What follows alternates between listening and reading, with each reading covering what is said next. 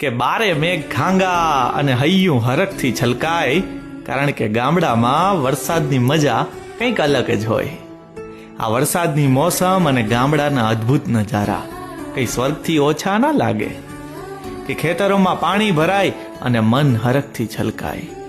ખાલી માનવ મહેરામણ જ નહીં, આ મેહુલાને આવકારવા તો આખું જીવ જગત મોજમાં આવી જાય. કે ચારે તરફ પથરાયેલી હરિયાળી દિલને સુકૂન આપી જાય, કારણ કે ગામડામાં વરસાદની મજા કંઈક અલગ જ હોય.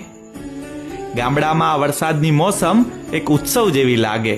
વરસાદમાં નાતા મસ્તી કરતા બાળકોની ટોળી જોઈને જિંદગી જન્નત જેવી લાગે.